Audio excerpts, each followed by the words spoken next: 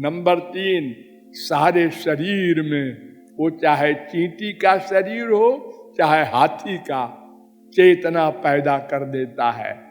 और जब वो चला जाता है तो वो माया के अधीन है, तो माया साथ जाएगी और भगवान उन्हें भी साथ रहेंगे।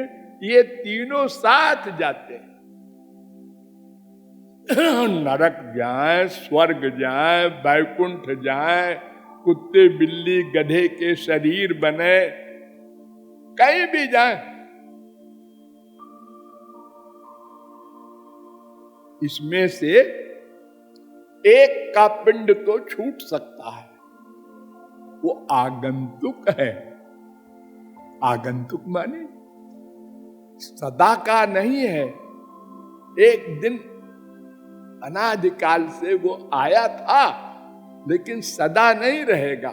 माया, जब माया चली जाएगी तब दो साथ रहेंगे, जीवात्मा परमात्मा। गोलोक में रहेंगे, फिर माया लोक में नहीं आएंगे। न स पुनरावर्तते न स पुनरावर्तते, वेद कहता है। 8:15-1 छांदोग्योपनिषद। 22वां मंत्र जावाल्युपनिषद। पहला मंत्र वासुदेवोपनिषद। इन वेद मंत्रों में कहा गया कि वो जब माया से छुटकारा पा जाएगा तो फिर इस माया के जगत में माया नहीं ला सकती। तो सदा पश्यन्ति सूरयः, सदा को गया हो।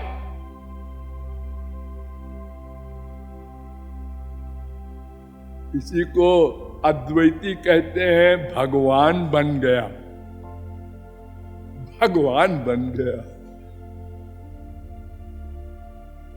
भगवान बन गया माने कई भगवान हो जाएंगे। ऐसे तो जितने जीवों को ब्रह्म ज्ञान हो जाएगा तुम्हारा, वो सब भगवान बनते जाएंगे।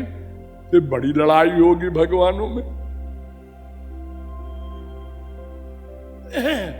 लेकिन वही शंकराचार्य ये भी लिख गए नृसिंह तापनीयोपनिषद के भाष्य में, मुक्ता अपि लीलया विग्रहं कृत्वा त्वाम भजन्ते।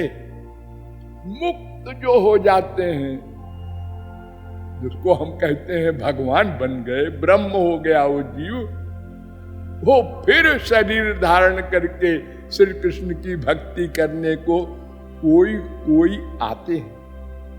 तो क्यों जी, जब वो भगवान बन गए तो फिर क्यों कहां से आएंगे?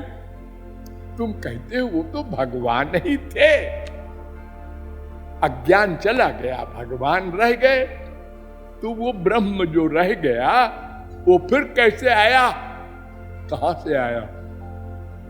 अरे भाई देखो, एक घड़ा है, फोड़ दिया हमने, तो घड़े का जो आकाश था, खाली जगह, वो बड़े आकाश में मिल गया।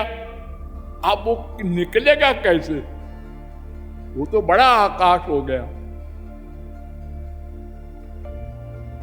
इसलिए हम लोगों का जो वैष्णवों का सिद्धांत है कि नहीं नहीं, जीव कभी अपनी अस्तित्व को नहीं खो सकता। अंत्यावस्थितेश्च उभय नित्यत्वात् अभिशेषः, वेदांत का सूत्र है 2:2:34। जैसे उसका पहला स्वरूप है जीव का, वैसे अंतिम स्वरूप भी रहता है मुक्ति के बाद भी। सत्यं ज्ञानमनंतम ब्रह्म यो वेद निहितम गुहायाम सोष्णुते सर्वान् कामान सह ब्रह्मणा विपश्चिता। तैत्तरीयोपनिषद। ब्रह्म के साथ, भगवान के साथ वो भगवान के आनंद का अनुभव करता है, भगवान नहीं बनता।